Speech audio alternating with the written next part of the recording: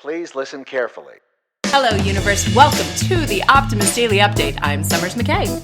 And I'm Kristy Jansen, and we are part of the team behind the Optimist Daily, making solutions the news. We bring you reader-funded solutions news every day in order to change the tenor of news media, social media, and the direction of your day to help us all get focused on solutions. 7 days a week, we publish positive news stories written by award-winning journalists and delivered online to your inbox and through our social channels. And also, we are sharing these solutions in a commute-worthy, walk-worthy, home office-worthy, watch my dog destroy my home office-worthy podcast. Today is Friday, the 11th of February, 2022. Hi. Hi. So, you know that perfect puppy who was like super well-behaved? Yeah, he decided to do some destructive... He's just decided to be a puppy. So, yeah, that's what puppies do. So that is what puppies do. Yeah, well, yeah. So, yeah. But I am pleased to report that the puppy and the two rescue kittens that Kristy helped me rescue are all playing like a terrifying little pack of troublemakers.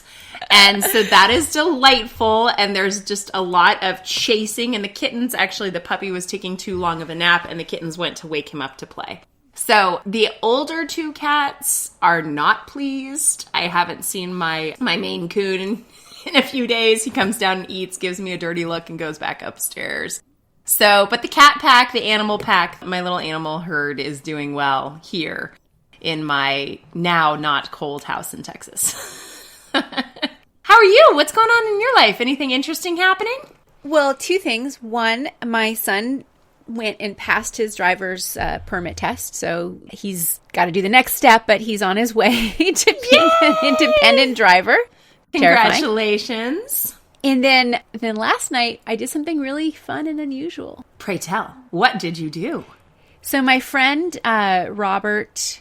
I don't know if it was for his birthday, but his birthday was like last week. He decided to rent out an entire movie theater and invited only people that he knew. And so we went to the movies. That is so much fun. What movie did you see?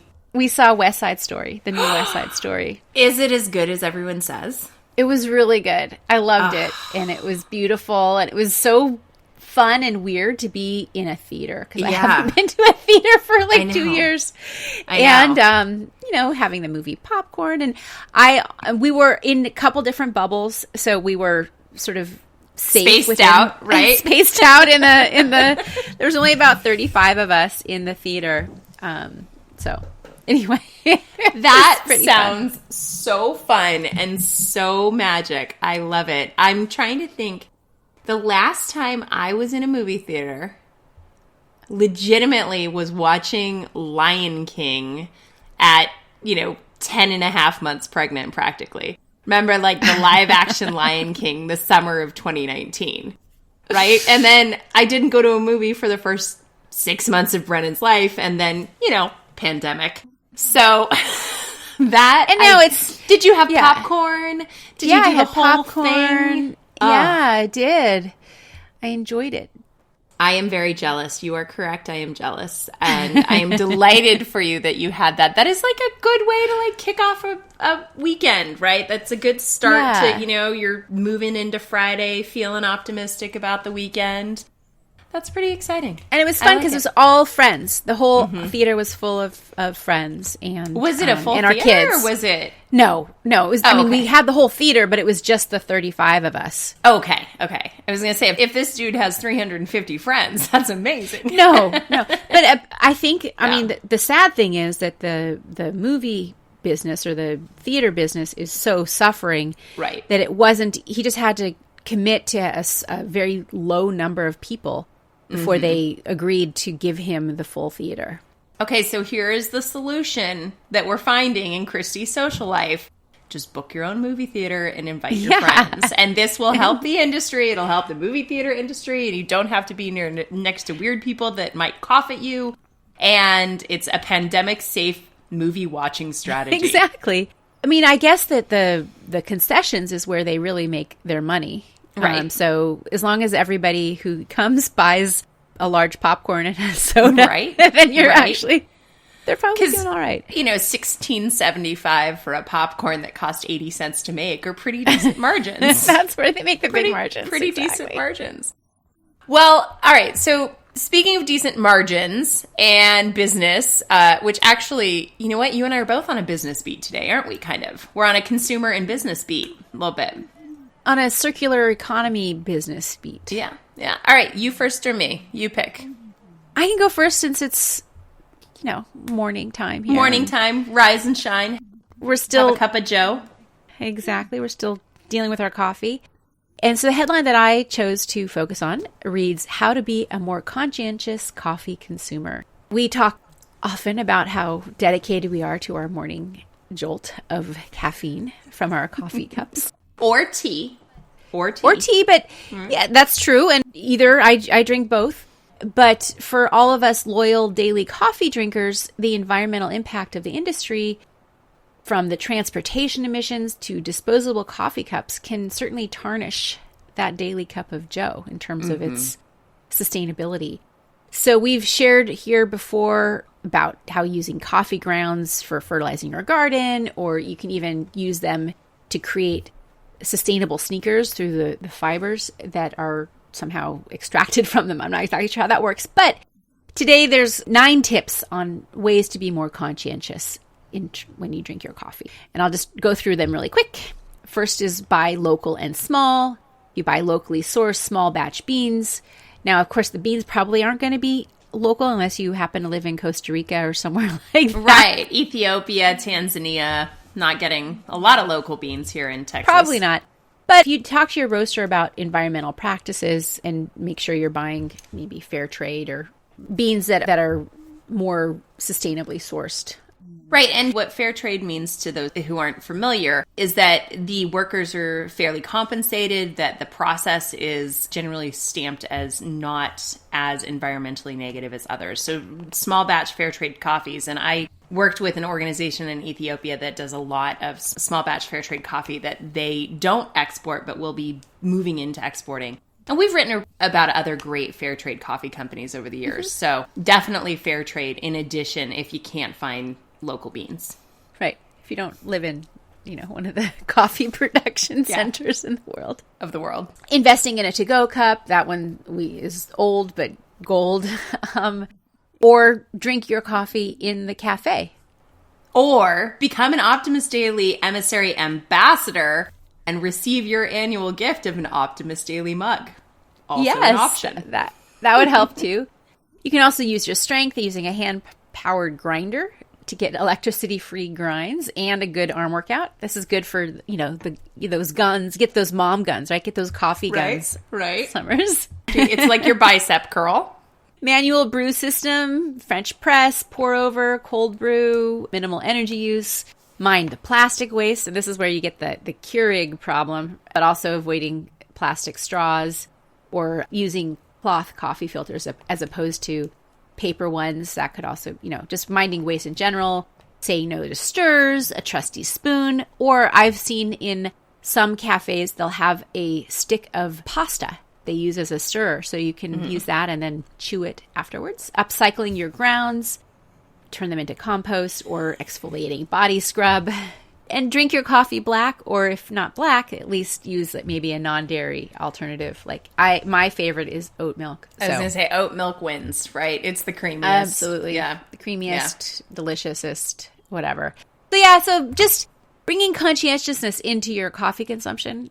Hey, little steps, but fun. And it's just good tips, good reminder, good intentionality to bring into your mornings. Into your morning brew. It's funny. I like that you picked this story, Kristy, because when my husband travels for work and it's just me and my baby at home, I generally don't drink coffee because I feel, having worked with coffee producers, I feel kind of guilty about coffee, and I know what an impact it has ecologically. So this is helpful because perhaps I won't feel so guilty about, if I'm going to brew a cup of tea, I can certainly do a French press of, some sustainably and manually ground coffee. You know what? So you might enjoy a pour over even more than a French press because it's easier to clean up. I was going to say, so that's not messy. All right. But I'm not buying a pour over from Amazon. I'm going to find it used in my local store or buy it locally. Okay. Well, moving from coffee into how we get things places.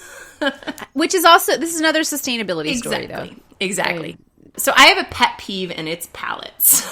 And I've been waiting all morning to say that. But my headline reads, Reusable pallets make the UK's construction industry greener.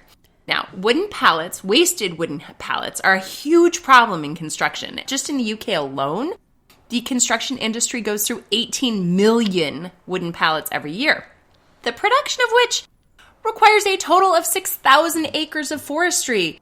And most of them are only used once because pallets are not made to be durable. Pallets are also aggressively treated with a lot of different things for fire safety, for shipping. So at a time when it's become increasingly obvious that our environment is suffering due to recklessness and overindulgence of natural resources, it's time to make a change.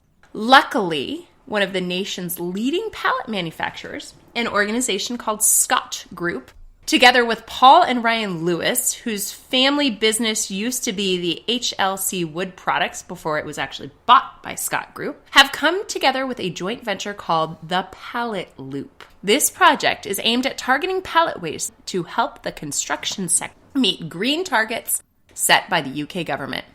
Now, you probably know what wooden pallets are, right? They're the horizontal platforms made of wooden planks, really quickly manufactured wood that are usually connected to a superstructure. They're used for transport materials, for products, everything in boxes. When we moved to Texas, actually, we palletized our house. So everything had to be in a perfectly shaped box and put on a pallet.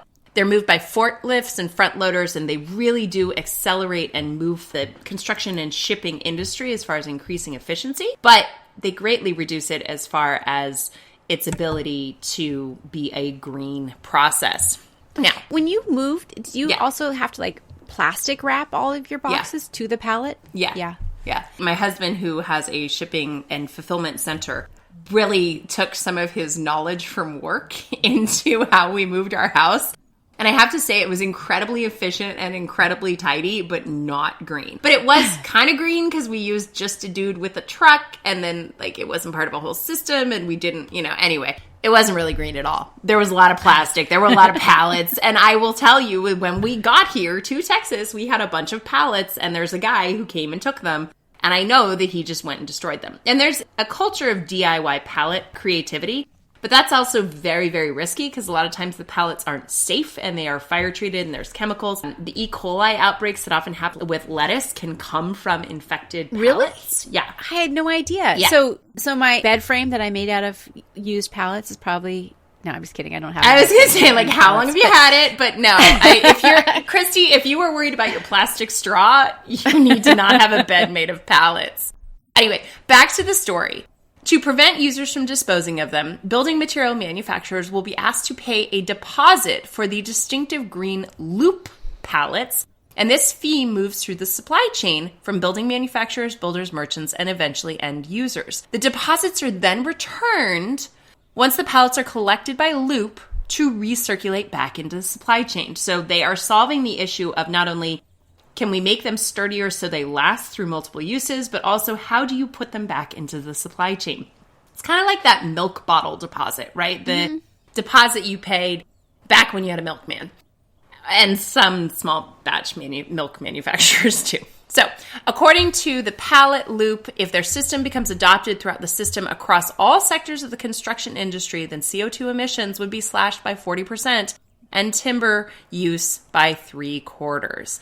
Ooh, so that's pretty significant. Yeah. 75% less timber used and 40% less emissions. That's great. Right. So I love this company. I hope that they nail it. I hope that they can institute it in the United States as well and throughout construction all over the world. These solutions get me really vibing because they're the economic, business, and product solutions that make me very happy. And it's putting a little bit more up front. In the end, they'll have longer lives, and it takes the end of life into consideration. So those costs, instead of just externalizing them and putting them into the environment and all those trees that get lost, etc., it's leaning into that circularity. Exactly. The idea of circular economy. I love it. All right. So other stories on today's Optimist Daily include, this is how strip malls could provide a solution to the housing crisis. Man with severed spine walks again thanks to a new implant. Another reason to protect wildlife, pandemic prevention. U.S. black businesses on the rise thanks to women entrepreneurs. What else, Kristy? Well, there's an article, which I almost did. I almost featured how to do a digital detox while still carrying a smartphone. I really feel like sometimes I really need to break up with my phone, but I haven't quite got to... You who got me addicted to Wordle are now saying... I know. Yeah. Okay, all right. That's my problem, too. Why your dog shouldn't poop wherever it wants in nature. Share the joy of cooking with your partner this Valentine's Day. And 4 tips for becoming a more ferocious reader. That and more can be found on theoptimistdaily.com. And that is it for our podcast today, Summers, for this Friday. Thanks, everybody, for listening to the Optimist Daily Update. We promise to keep sharing positive, solution-based stories with ideas on how you can participate in a changing world and help ensure it is changed for the good. And we promise to keep covering current events and current ideas with accurate, legitimate sources and offering you the information we all need most to chart new paths for all of us. Please consider becoming an emissary on theoptimistdaily.com, and for as little as $5 a month, or $15 if you want a mug, support reader-funded independent journalism. Be part of the solution-changing consciousness and addressing our world's biggest challenges with a problem-solving mindset. Everybody help us keep the Optimist Daily free to all who need it, supported by those who can. And we'll be back on Monday with more solutions. Thanks, Kristy. Have a great weekend. You too, Summers. See you Monday. Bye. See you Monday.